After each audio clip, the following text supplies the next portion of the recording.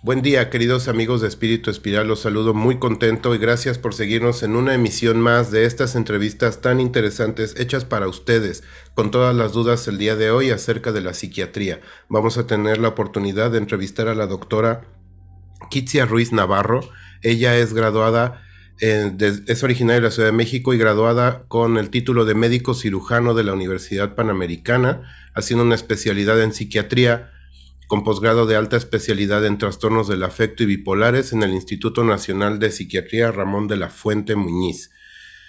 Es un currículum muy amplio que vamos a tener la oportunidad de conocer hoy, no solo en cuanto a las dudas que ustedes tienen, sino como ya han visto en las demás entrevistas, también a la persona, al ser humano que está detrás de todo este conocimiento, para que tengan la confianza del respaldo de la información que van a recibir. Como les decía, la doctora Kitsia es maestra aquí en la Universidad de Quintana Roo también en temas de psiquiatría, de psicología.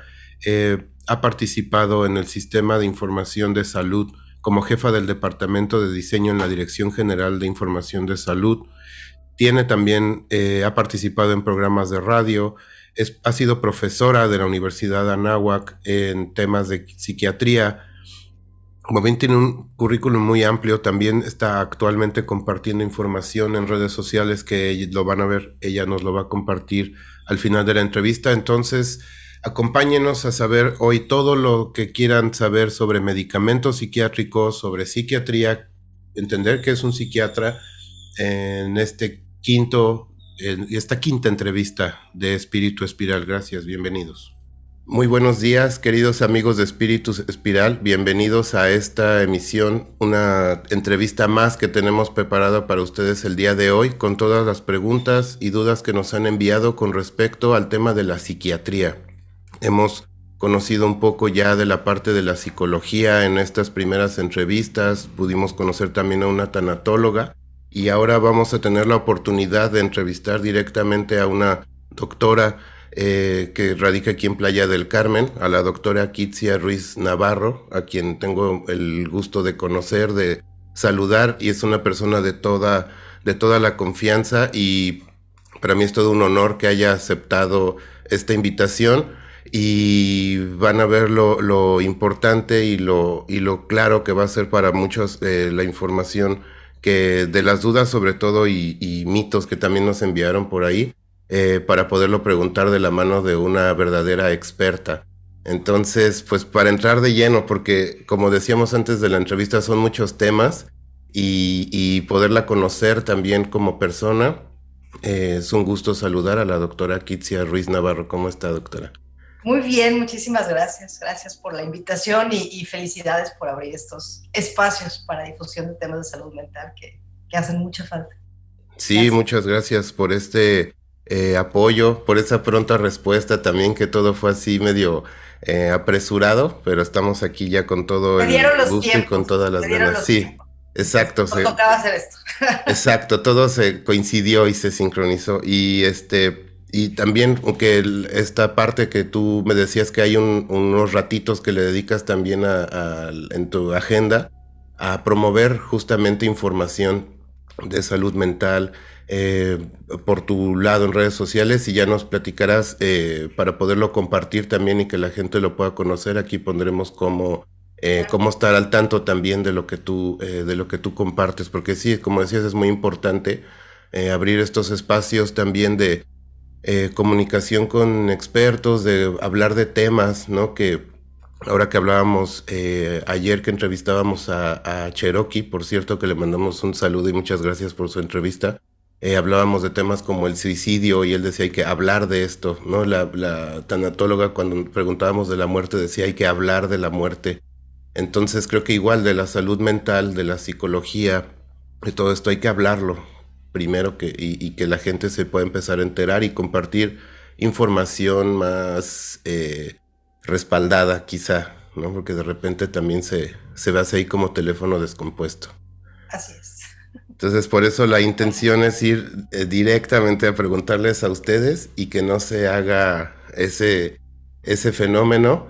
Justamente después podremos entrevistar también a otra persona que, bueno, no quiero spoilear Es una sorpresa, pero su sección justamente se llama No le preguntes a tu ex y ella nos va a ayudar con preguntas y temas de pareja, por ejemplo. Entonces es un poco eso, es mejor ir y preguntar a un profesional del tema que le corresponde. Claro, claro. Entonces, pues creo que esa es la primera pregunta que muchos nos enviaban en cuanto a la distinción entre la psicología y la psiquiatría, para entender un poco más esta labor que realizas, que es un psiquiatra como tal. Pues los psiquiatras somos seres humanos comunes y corrientes, ¿no? Que en Ujú. algún momento mostramos interés por el área de la salud y entonces estudiamos la carrera de medicina.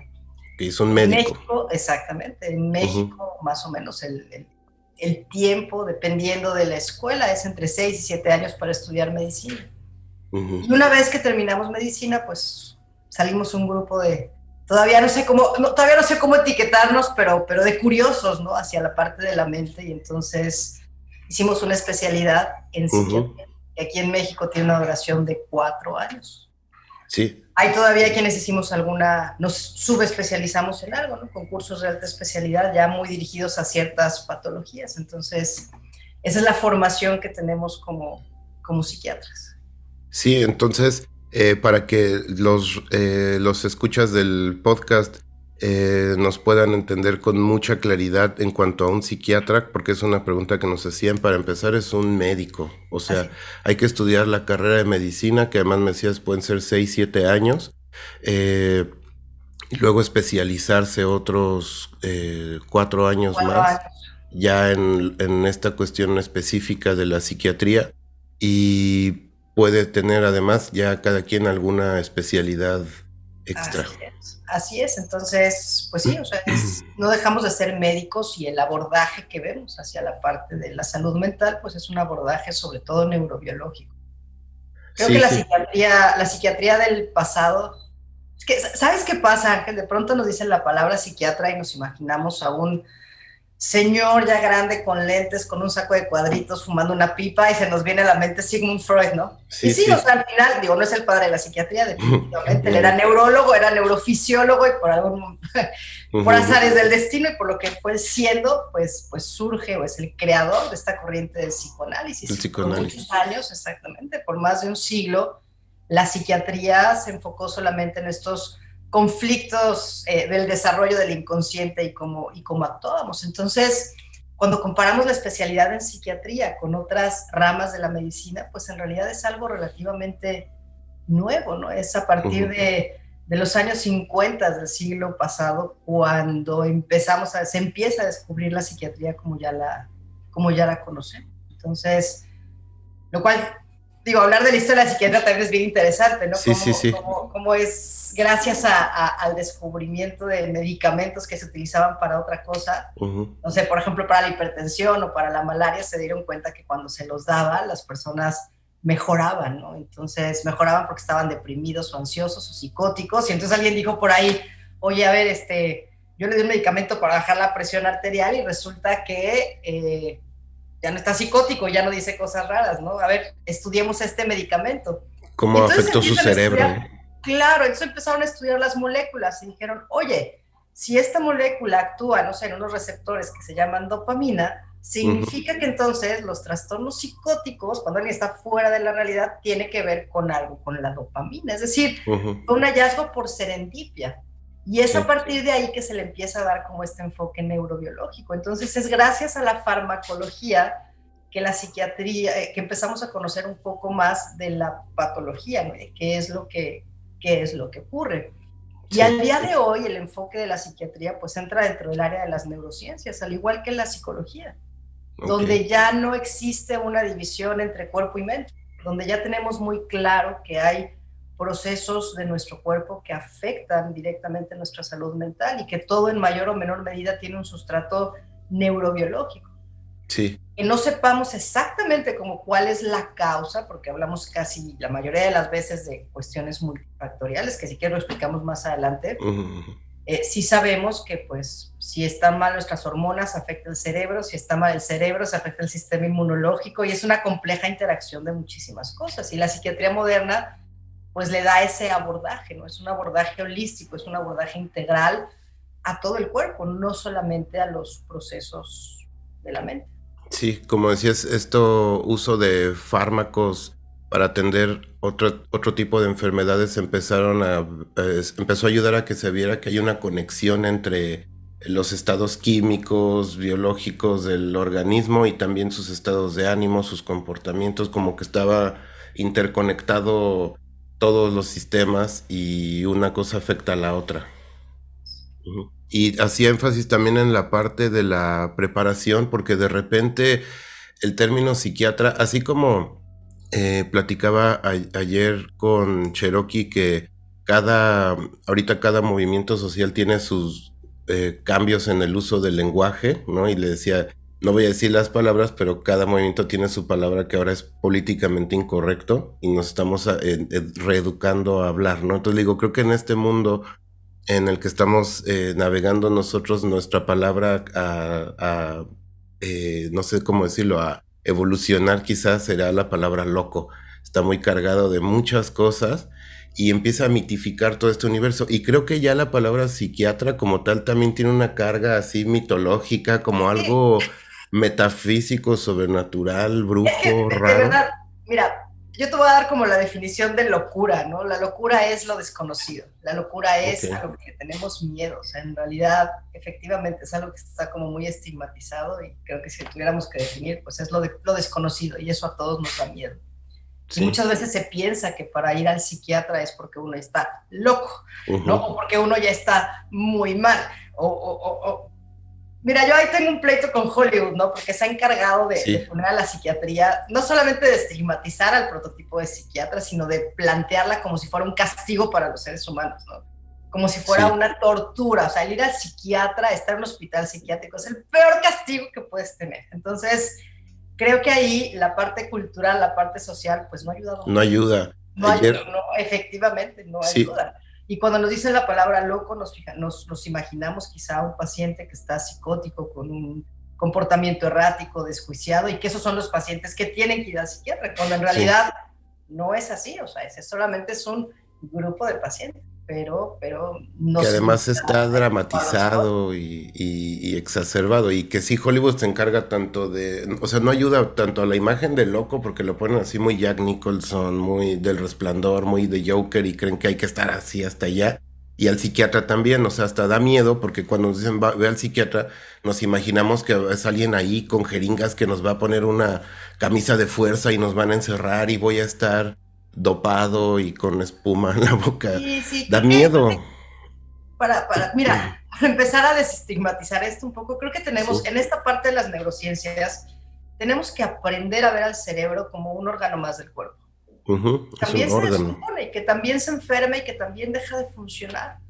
¿Cuál es la diferencia quizá entre alguien que está enfermo del corazón y alguien que está enfermo de algún problema mental? Es que, claro, cuando uno va al cardiólogo, uno solamente nos pone el estetoscopio, nos hace un estudio y sabemos exactamente qué es lo que está pasando y cuál es el tratamiento y lo podemos ver y tocar y pues no pasa de que a lo mejor limite su capacidad de correr, ¿no? Por ponerte un ejemplo. Ujú. Cuando se enferma el cerebro, las manifestaciones son las emociones, es el comportamiento, son los sentimientos. ¿Por qué? Porque es el órgano responsable de controlar todo eso, la forma en la que pensamos, sentimos y nos comportamos.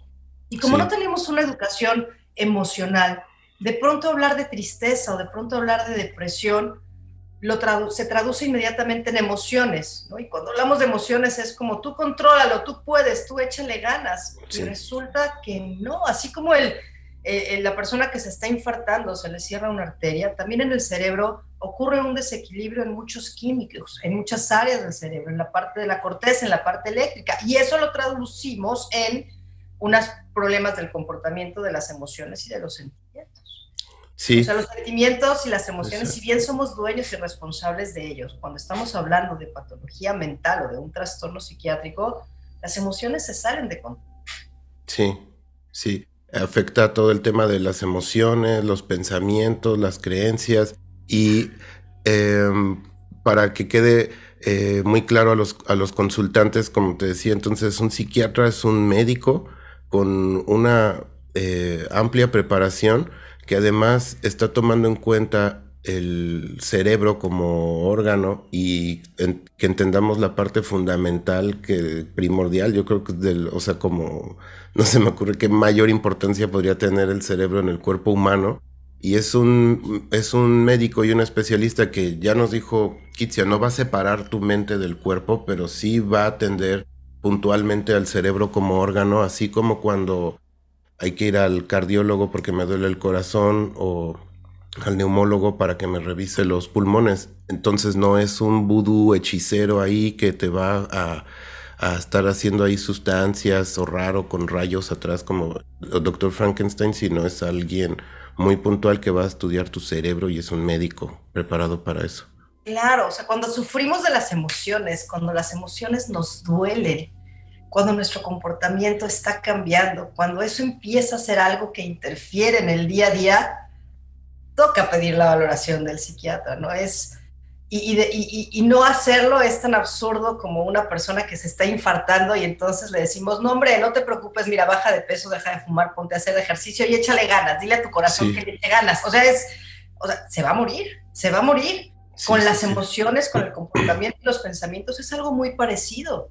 O Ujú, sea, ujú. tenemos que atacar el problema. Claro, además vienen muchísimas otras cosas de cambios de estilo de vida, la parte de la psicoterapia, que evidentemente nos van a ayudar muchísimo, pero no podemos esperar a que las emociones se curen por sí solitas como echándole ganas, ¿no? Lo dejaríamos Claro.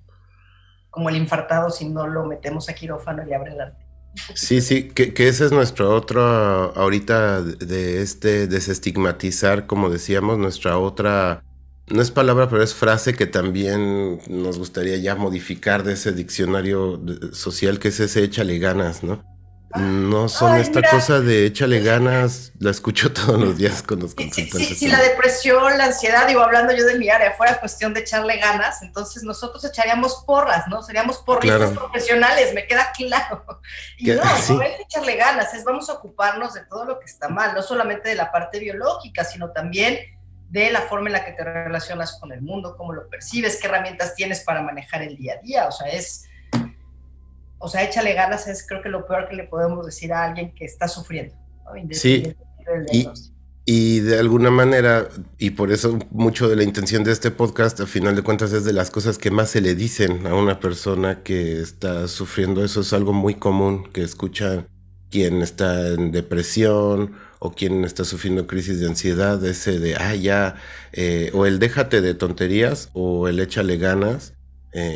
Son como si fueran las dos medicinas clave que me van a curar entonces de alguna situación. O sea, es como, ah, claro, el hecho ganas, sí, no se me había ocurrido, le voy a empezar a echar ganas. Y ya con eso esa es la solución que necesitaba. O déjate de tonterías, claro, tengo que dejarme de tonterías, con eso voy a quedar bien. Entonces es algo mucho más complicado que por algo llevas más de, no sé, 15 años, de cuántos años estudiando y que seguirás estudiando. Entonces no es de ni de locos o no locos, ni de echarle ganas o no echarle ganas. Otro que algo que sí estamos poniendo como contrapeso de eso y que se ha mencionado prácticamente en todas las entrevistas es esto que decías de hablen de las emociones, tomen en cuenta los sentimientos, hay que expresarlos, tomarlos en cuenta, atenderlos. Crecemos, o sea, culturalmente estamos, no sé, no dice la palabra correcta porque no soy experta, pero crecemos castrados emocionalmente, ¿no? Sí, ¿En sí, qué sentido? como Si estuviera lloras, prohibido. Ujú, te dicen, las niñas no lloran, no, pero los niños no lloran, las niñas no se enojan, llora ujú. cuando me muera, te voy a dar las nalgadas para que entonces llores con ganas, y entonces ante cada expresión emocional cuando vamos creciendo viene una represión, y una represión muy importante. Y entonces resulta que crecemos y somos adultos y somos incapaces no solamente de reconocer la emoción que estamos teniendo, sino somos Ujú. incapaces de validarla cuando como seres humanos, pues es de las cosas, así como nos mandan al kinder, ¿no? Y hay programas de educación sexual, creo que también tiene que haber programas de educación Sí, emocional, ¿no? sí, ¿Cuál es como la de función? tijeritas uno y tijeritas Exacto, dos, ¿cuál es la función emocioncitas uno, emocioncitas dos. sí, o sea, del enojo, de la frustración, de la tristeza? Es que el constructo social solamente nos valida la felicidad, ¿no? O sea, Sí, es solamente validamos y nos validan cuando estamos felices, ¿no? Y en realidad, ¿eso qué es? Ujú, ¿no? Y si ujú, hablamos de felicidad, ese constructo social es como al deber ser, al éxito, al estar sonrientes, alegres y contentos. Y de pronto ujú, yo ujú. veo mucha gente como muy frustrada, ¿no? Me dice, es que no soy feliz, y bueno, porque es la felicidad, ni siquiera tienen idea de qué es la felicidad, ¿no? Ujú. Están en paz, tranquilos, llevando una vida y no se sienten satisfechos porque no cumplen como con ese deber ser de Estándar. brillar, saltar y estar. Exactamente. Entonces, claro, la parte de las emociones es de la cómo nos enseñan a vivirlas. Sí, a vivirlas, a Yo estoy manejarlas, a segura, expresarlas. no, yo soy fiel promotora de aprender a expresar, decir y validar tus emociones, ¿no? Ujú. Yo sí creo, y mi fantasía es que si tuviéramos una educación emocional, quizá los humanos nos comportaríamos de una forma diferente y Muy no distinto. sufriríamos tanto. O sea, Sí, sí, muy distinto, porque sí hay un común denominador que hasta ahora también hemos encontrado en esta exploración y en estas ganas también, te digo, somos fans también aquí de validar las emociones y conectar con ellas y expresarlas, aprender a hacerlo. Como si culturalmente crecemos, por ejemplo, con tristeza y enojo, como se complican y se ponen medio de repente incómodas, desagradables o confrontan. Entonces, en vez de aprender a manejarlas, no yo guacalafuchi, ¿no? Entonces crecemos una cultura de no te enojes, no llores, como decía, no, a los hombres no lloren, a las mujeres no te enojes, no se enojan, y la felicidad también, en vez de que la alegría como emoción sea algo natural, no es un deber ser feliz, deber ser exitoso, y además de esta y esta y esta cosa significan forzosamente felicidad, y si no lo tienen, entonces tú no eres feliz.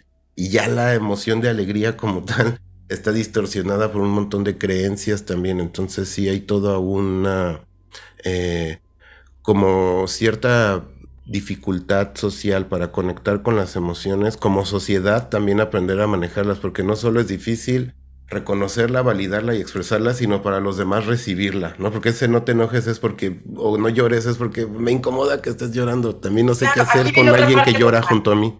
aquí viene la otra parte muy importante, ¿no? Y hablo específico de los adultos. Al final, niños y adolescentes todavía están moldeando esto, pero nadie es responsable de mis emociones, como yo tampoco soy responsable de las emociones de nadie. Ujú, Cuando uno tiene claro eso, entonces dejamos de ser aprensivos ante la respuesta emocional del otro y si lo vemos llorar, lo acompañamos, nos sentamos y le decimos llora, ujú. pero eventualmente parece que se despierta como una culpa, decir por mi culpa estás llorando, porque esa es otra frase, o también ahí te va, ¿no? O sea, es ¿cuántos no crecimos con frase por tu culpa tu papá se Con la enojó, por tu culpa, sí. culpa tu mamá llora, por tu culpa tu hermano está triste y entonces, claro, no solamente no reconocemos emociones, sino además pensamos que somos responsables de la felicidad y de las emociones de toda la gente que está a nuestro alrededor. Entonces, qué agobio. O sea, es un agobio emocional terrible. Y eso fortalece o eso refuerza la represión emocional también. Ujú, ujú, sí, y esta es otra palabra también como de las que estamos enfrentando mucho con este programa, que es esa palabra de la culpa. Es como algo ahí que también hace todo el tiempo ruido en este tema de lo psicológico, lo terapéutico, de la salud. La culpa se empieza a convertir en algo ahí bien raro en cada persona, a tomar formas bien extrañas. Sí, yo tengo una teoría de la... Yo no soy terapeuta, no soy terapeuta, ¿eh? O sea, lo mío es la parte neurobiológica, pero ahí con la culpa yo tengo una teoría, ¿no? Es la culpa surge cuando las expectativas que tenemos de nosotros para con nosotros mismos son muy grandes o cuando vivimos en función de las expectativas que tenemos nosotros, Ujú, que son muy altas. Y no es que no seamos capaces de hacerlo, es que simplemente las circunstancias de ese momento no nos lo permiten. Y a veces son expectativas no de humano, sino de superhumano. Y entonces sí. entramos como a un deber ser donde no importa lo que hagamos, entonces no será suficiente. Y es fracaso tras fracaso tras fracaso. Y entonces lo que despierta es la culpa. Yo te voy a poner el ejemplo de las supermamás, ¿no? Ujú, Las mamás o sea, que trabajan, que atienden una casa, que cuidan a sus hijos, que además tienen como toda una vida social y entonces sienten culpa porque no pueden ser buenas mamás. Y es como, espérate, ¿dónde está el manual de la buena madre? ¿Dónde está lo que dice que tienes que hacer? Estás haciendo lo mejor que puedes, del lugar que puedes, con las herramientas que tienes. Lo que pasa sí. es que las expectativas que tienes de ti para ti hacia tus hijos son gigantes Y entonces, claro, vives en la eterna culpa de no soy una buena madre. Y así como eso, bueno, podemos poner un sinfín de ejemplos, ¿no? Sí, ese ejemplo es muy común y además, bueno, por ejemplo, en las consultas que doy también hay un común denominador cuando ya es incluso una expareja que, como dices, es una sobreexigencia muy grande de sí misma y también de todos los demás. O sea, la expareja o el esposo, incluso aunque sea todavía el esposo, también cree que tiene que tener perfecta la casa, perfecto lo de ir por los niños a la escuela y todo, tener tiempo para todo. Cuando ya están separados son mamás que además trabajan y también, ¿y por qué no hiciste esto? ¿Y por qué no hiciste el otro? Y una exigencia enorme. También quieren que hagan milagros con los presupuestos mini que luego manejan, incluso te digo en las de separación, pensiones irrisorias y con eso tener que hacer milagros. Y es una exigencia enorme y en este caso, como dices de la mamá, es también de no ser suficientemente buena mamá, suficientemente buena mujer, buena amante, buena esposa, buena hija, buena hermana, buena Exacto. Para el compañera o estándar de jefa quién, en el ¿no? Para el trabajo. parámetro de quién. Sí, ¿Quién dice? ¿Quién dice? Es de verdad, o sea, yo luego les digo a mis pacientes, dije, bueno, pues escríbete el manual de la buena madre o el manual de la buena hija o de la buena esposa, ¿no? O sea, para que te des cuenta que lo que estás planteando es irreal. O sea, solo un sí. superhumano de pronto lo podría hacer. Ujú. Y ahí, como decías, hay una conexión entre las expectativas demasiado altas y el sentimiento de culpa. Y conectando, digamos, con una situación más coherente con mis capacidades, ya no tendría por qué estar en esta sobreexigencia constantemente, que se termina convirtiendo en estrés, ansiedad, depresión, sensación de fracaso, impotencia, frustración, o sea, Claro, porque aquí viene otra parte bien importante. Aprender a estar conformes con nuestras limitaciones implica un trabajo de autoestima y de seguridad y de confianza. exacto, que No, ahí son es donde se temas empiezan a enredar claves. como los sí, Sí, no, sí, no, sí. no. O sea, a ver, es que no, es que ojalá, la mente es tan complicada, o sea, tan complicada y cada cabeza literalmente es un mundo que de pronto una cosa nos va llevando a otra, ¿no? No hay psiques perfectas, no hay Ujú. mentes que sepan resolver y, como y entender todo, ¿no? Y como seres humanos, a medida que crecemos y vamos evolucionando y vamos entrando a diferentes etapas de nuestra vida, nos van surgiendo diferentes problemas en todos los sentidos. Y a Sí, veces no tenemos la capacidad para afrontarlos, a veces no tenemos las herramientas para ser asertivos o nos dimos un trancazote que nos destruyó. Y ahí es donde entra un poco la parte de la psicoterapia, ¿no? Yo soy creyente que la psicoterapia va en la canasta básica, así como uno va sí, al súper y compra leche, pan, huevos, tortillas, terapia, claro. terapia, porque necesitamos siempre como esta dirección, necesitamos siempre este saber hacia dónde va nuestra vida, qué es lo que estamos haciendo, qué estamos diciendo, como este monitoreo externo para no sufrir tanto. Ujú, Porque ujú. además, ahí viene la otra parte cultural, ¿no? O sea, los mexicanos y mexicanas somos hijos de Marga López, digo Sí, yo. estamos hechos para O sufrir. sea, estamos hechos para sufrir y mientras más sufrimos, ¿no? Te pongo el ejemplo de la mamá, ¿no? O sea, la mamá que más Ujú. sufre es mejor madre, ¿no? O Es sea, mi la que está, papá, queda más idealizada. no, no, no, no, está cañón. Ujú. Entonces, si no sufrimos, pareciera que entonces no estamos vivos o lo que hicimos no valió la pena o estamos también en una cultura medio masoquista. Muy masoquista en ese sentido, porque también mientras más sufro, aunque esté sacrificando todo aquello que me causa felicidad, casi casi que voy a terminar beatificado, ¿no? O sea, el sufrimiento nos ayuda a alcanzar esa especie como de santidad, porque mi Sí, son mamá era una cosas. santa, porque cuánto aguantó. Sí, son cosas culturales, ¿no? O sea, culturales de antaño, que tiene muy la cultura como occidental, ¿no?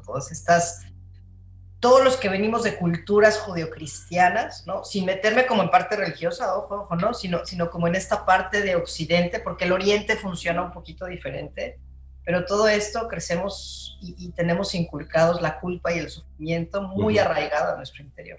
ujú. ¿No? Y Y no, resulta que no, que uno no viene al mundo para sufrir.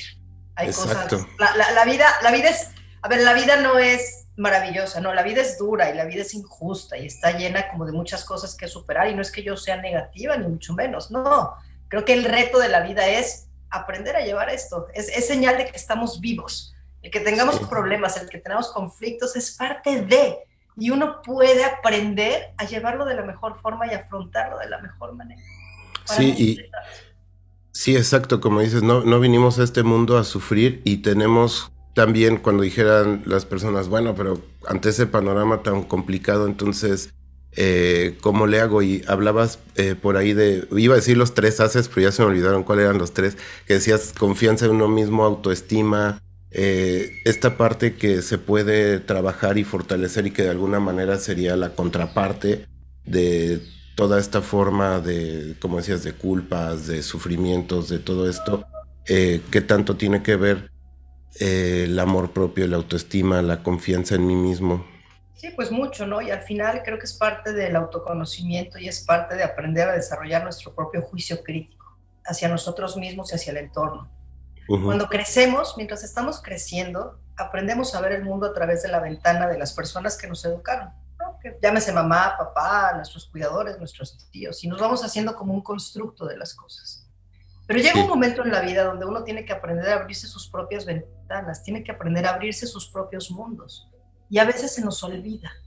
Y entonces entras en conflicto contra el deber ser, es decir, Ujú, tratar de ujú, ver esa vida de lo que, como la ven tus papás o de lo que tú aprendiste con ellos y qué es lo que yo quiero realmente. ujú, ujú. Y esa Sí. parte, a ver, no es que sea imposible, pero de pronto no es tan fácil. ¿Por qué? Porque se despiertan emociones como culpa, como querer complacer a los padres, como querer ser como ellos, y resulta que no crecimos con la suficiente seguridad en todos los sentidos para decir, esta es mi ventana, de la ventana de mi mamá, de mi papá, me quedo con esto, y además confío y voy construyendo la mía. Y eso no significa ser soberbio, no, cuando uno construye su ventana se da unos golpezazos en la vida, o sea, como no es Ujú, miel ujú, sobre hojuelas, ¿no? Arriesgarte a abrir tu ventana, te vas a estrellar y te vas a estrellar durísimo, y es parte del ujú. aprendizaje también. Pero Sí, creo que cuando lo logras hacer, entonces puedes validarte y vas construyendo cimientos sólidos hacia toda tu estructura emocional. ujú. Dejas de moverte en un mundo que no es tuyo y que a lo mejor fue muy impuesto. Amigos, muchas gracias por habernos acompañado en esta quinta entrevista con la doctora Kitsia. Como ven, fue una entrevista súper interesante. Abordamos muchos temas, creíamos que se iba a poner muy clínico, tal vez muy médico, y como vieron, la psiquiatría y todos los conocimientos que la doctora tiene para compartirnos es algo muy amplio y una invitación a atendernos, a ser responsables. La palabra clave con la doctora Kitsia hoy fue la palabra responsabilidad. Entonces, esa es la invitación, a ser responsables, responsables de nosotros mismos y cuidarnos. Tuvimos muchos tips para la pandemia, para esta época de contingencia, ojalá que les sirvan.